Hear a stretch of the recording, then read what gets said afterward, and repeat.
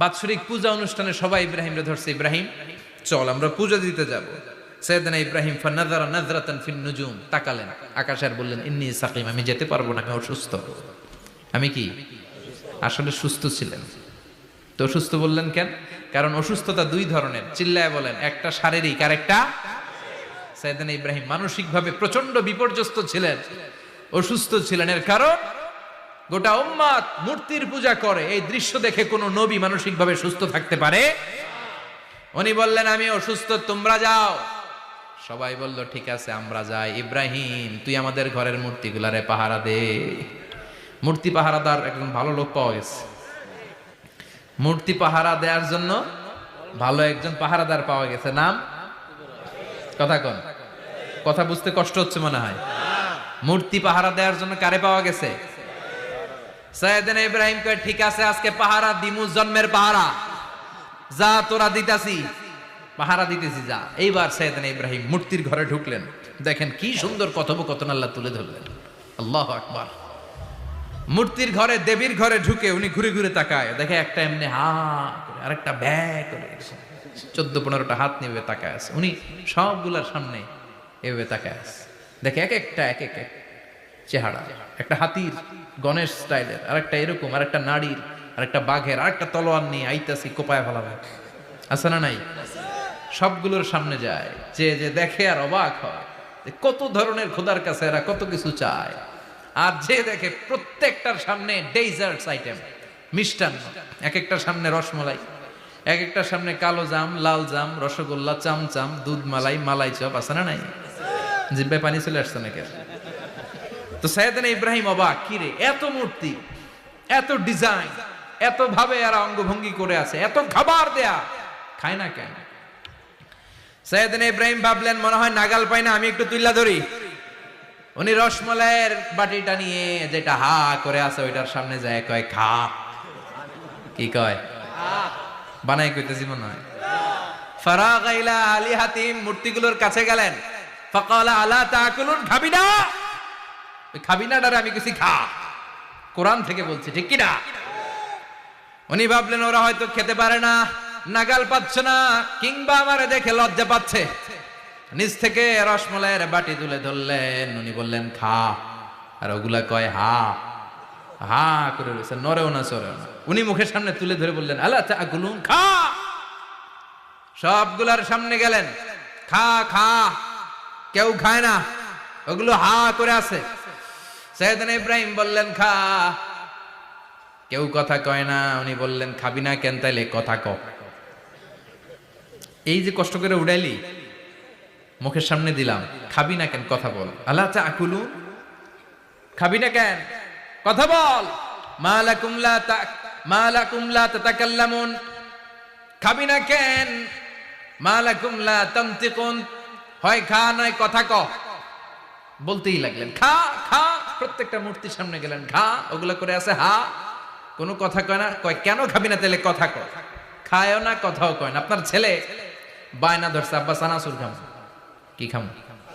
চানাচুর কিনে দিলেন, এই নে চানাচুর। এখন চানাচুর খায় না। কিরে বাপ খাবি না কেন? কথাও কয় না। খায়ও না, কথাও কয় না। এখন বাকি আছে কোনটা? কথা কর। ফারাগা আলাইহিম দারবাম বিল ইয়ামিন, ডান হাতে কোপানো শুরু করলেন। ইচ্ছা মতো ঘুষি কিল মারতে মারতে মূর্তিগুলার সাইজ। ফারাগা আলাইহিম দারবাম বিল ইয়ামিন, এক একটা নবীর হাতে জান্নাতি শক্তি দিয়েছে কে? আল্লাহ। খা নাইলে কথা ক, খায় না, কথাও কয় না, বাকি আছে। মাইর মারতে শুরু করলেন, মারতে মারতে সব শেষ। তারপরে খুঁজে পেলেন একটা কুড়াল। কি পাইলেন? কুড়াল দিয়ে মারতে আরো সুবিধা, খালি এটারে এভাবে মারে, ওইভাবে মারে। মারতে মারতে যতগুলো মূর্তি ছিল সবগুলো মেরে বড় মূর্তিটার গায়ে মারতে যাবে, in the meantime stop, কয় না এটারে মারো না। ফাজআলাহুম জুদাদান, সবগুলারে টুকরা টুকরা। ইল্লা কাবীর আল্লাহুম, বড়টা ছাড়া ওইটারে রেখে দিলেন। আর বুদ্ধি করে কুড়ালটারে বড়টার কাঁধে ঝুলাইয়া দিলেন, বড় মূর্তিটার কাঁধের মধ্যে ঝুলাইয়া দিলেন। ঘটনাটা সুন্দর হয়েছে না? এখন কেমন যেন মনে হয় এটা কোপাইয়া দাঁড়ায় রয়েছে বাপের বেটার মতো। বড় পূজার শেষ, পূজার দিনক্ষণ শেষ। বিকেলবেলা পূজা মণ্ডপ থেকে সব এসে দেখে সর্বনাশ। পাহারাদার ইব্রাহিম কই, আনতা ফাআলতা হাযা বিআলিহাতিনা ইয়া ইব্রাহিম, ইব্রাহিম সর্বনাশ কে কইছে, তুই কইছত নি? কয় আইন বড়টাই কইছে, ওইটারে জিজ্ঞেস করো। বাল ফাআলাহু কাবীরুহুম হাদা ফাসআলুহুম ইন কানু ইয়ানতিকুন। কোরআন থেকে বলছি, আমি করি নাই। ওই দেখ কুড়ালটা কার কান্দে, বড়টার কান্দে, ওইটারে জিগা। সবাইকে খাইছে। সবাই বলে ইব্রাহিম তুমি কি জানো না এগুলো কথা বলে না? সৈয়দনা ইব্রাহিম বলে যে এটা কথা কয় না ওইটার পূজা করস কেন? যেটা কথা বলে না, যেটা নিজেরাই নিজেদেরকে মায়ের থেকে বাঁচাতে পারে না, নিজেরাই নিজেদেরকে রক্ষা করতে পারে না, তোরে কিভাবে রক্ষা করবে? এগুলোর পূজা কেন করিস? ফাবুহিতাল্লাযী কাফার। কারো কোনো জবাব নাই, লা জবাব। সবাইকে ইব্রাহিম তুই বড্ড বেড়ে গিয়েছিস, তোরে নমরুদের কাছে নেওয়া হবে, রশি দিয়ে পেঁচিয়ে নমরুদের কাছে নেওয়া হলো। নমরুদের নাম শুনছেন? শোনেন নাই বোধহয়, শোনেন নাই? পৃথিবীতে 4 জন বাদশা ছিল যারা গোটা বিশ্বের বাদশা, গোটা বিশ্বের। 2 জন কাফের, 2 জন মুমিন। মুসলমানের একজন হচ্ছে যুলকারনাইন, আরেকজন হচ্ছে সাইয়েদনা সুলাইমান। কাফেরের একজন হচ্ছে বাখতানাসার, আরেকজন হচ্ছে নমরুদ। এই নমরুদের কাছে নিয়ে যাওয়া হলো রশি দিয়ে বেঁধে। এবার নমরুদের সাথে কি ডায়ালগ মারছে এটা তো আর কোরআনে নাই, কথা কন, এটাও আছে। নমরুদ বলে ইব্রাহিম শুনলাম তুমি নাকি আমাদের খোদাগুলারে মারছো, তুমি নাকি কোন আল্লাহর ইবাদত করো, তুমি নাকি কোন নতুন রবের তথ্য নিয়ে আমাদের বাবেল নগরীতে আগমন করেছো। আমি ছাড়া কোনো খোদা আছে বলে তো আমি শুনি নাই। এই বাবেল নগরীতে আমি ছাড়া কোনো খোদা আছে আজকে নতুন শুনলাম। কে তোমার খোদা, কি তার পাওয়া?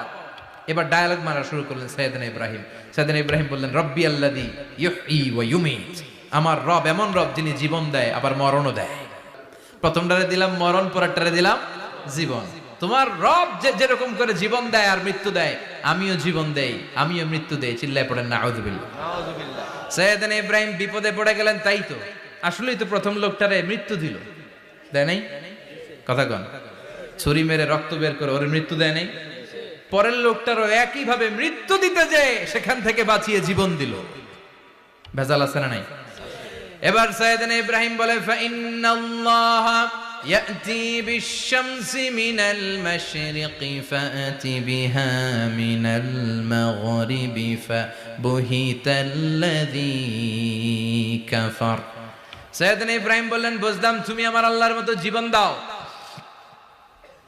বুঝলাম তুমি আমার আল্লাহর মতো মরণ দাও, কিন্তু নমরুদ খেয়াল করে শোনো, আমার আল্লাহ প্রতিদিন সকাল বেলায় পূব আকাশ থেকে জল জলে সূর্যটা উঠায়। তোমার যদি এরকম কোনো ক্ষমতা থাকে, তুমি আগামীকাল সকাল থেকে পূর্ব দিক থেকে সূর্য না উঠিয়ে পশ্চিম দিক থেকে সূর্যটা উঠাও। ফাবুহিতাল্লাযী কাফার। এবার ধরা গেছে, এবার জায়গার মধ্যে ধরা, একেবারে স্টপ, লা জবাব। নমরুদের মুখে কোনো জবাব নাই। এবার নমরুদের মেজাজ নরম নাকি গরম? কথা কন। গরম মেজাজ নিয়ে কয় হাররিকু, এটারে আগুনে জ্বালা, এটারে আগুনে ফেল। নমরুদ বুঝে নাই যে আগুনের মালিক কে। বিশাল আগুনের কুণ্ডলি পাকিয়ে সাইয়েদনা ইব্রাহিমকে আগুনের মধ্যে ফেলে দেয়া হলো। হাতের মধ্যে রশি, পায়ের মধ্যে রশি, সারা দেহের মধ্যে রশি পেঁচিয়ে আগুনের কুণ্ডলিতে ফেলে দেয়া হলো।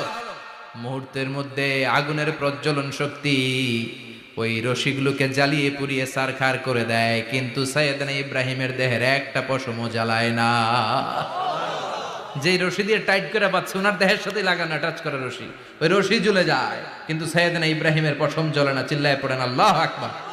আজ যদি তোমাদের মাঝে কেউ ইব্রাহিমের মতো ঈমান আনিতে পারো, অগ্নিকেও পুষ্প বলে পরিণত করিতে পারো, ঠিক কি না?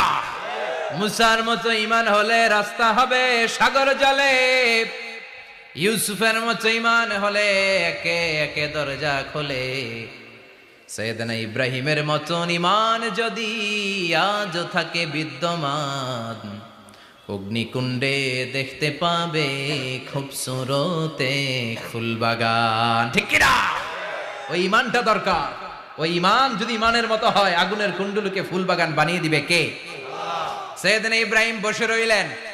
নমরুদ কয় আরো আগুন জ্বালা।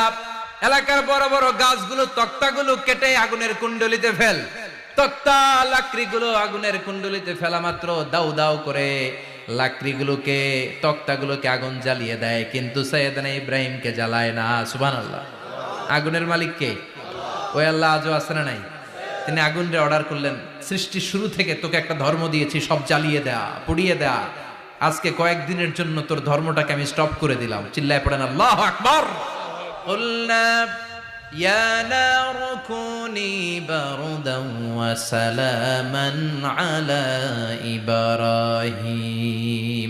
আল্লাহ বললেন, আগুন খবরদার, আমার ইব্রাহিমের গায়ের যেন পশম না পুড়ে যায়, কারণ ইব্রাহিমের সন্তান হবে ইসমাইল, আর ওই ইসমাইলের বংশে আমি পাঠাবো আখিরি জামানার পয়গাম্বার। ইব্রাহিমের যেন কিছু না হয়, কোন বারদা, ঠান্ডা হয়ে যা, কি হয়ে যা, কিন্তু এত বেশি ঠান্ডা হবি না যাতে ইব্রাহিমের সর্দি না লেগে যায়। সুবহানাল্লাহ কোন। আগুন বলে, আপনি বললেন কোন বারদা, ঠান্ডা হ, আবার কোন এত ঠান্ডা হবি না যাতে সর্দি না লাগে, কেমন ঠান্ডা হবো? আল্লাহ বললেন সালামান আলা ইব্রাহিম, সালাম হয়ে যা, শান্তির গুলবাগিচা হয়ে যা, এয়ার কন্ডিশন নাতিশীতোষ্ণ হয়ে যা। চিল্লায় পড়েন আল্লাহু আকবার। 40 দিন ছিলেন এই আগুনের কুণ্ডলিতে, কিচ্ছু হয় নাই। সুবহানাল্লাহ পড়বেন না? শেষ জীবনে উনি ওনার নাতিপুতিদের সাথে গল্পের সময় বলতেন যে আমার জীবনে সবচেয়ে আরামদায়ক সময় কাটিয়েছি আমি ইব্রাহিমের আগুনের, নমরুদের আগুনের কুণ্ডলির ভেতরে থেকে। চিল্লায় এখন সুবহানাল্লাহ। তার মানে পুরো আগুনের কুণ্ডলির গোলবাগিচা বানিয়ে দিয়েছে কে? ওনার জীবনের শ্রেষ্ঠ সময় নাকি এটা, সবচেয়ে আরামসে নাকি কাটিয়েছে এই আগুনের কুণ্ডলির ভেতরে। চিল্লায় পড়েন আল্লাহু আকবার।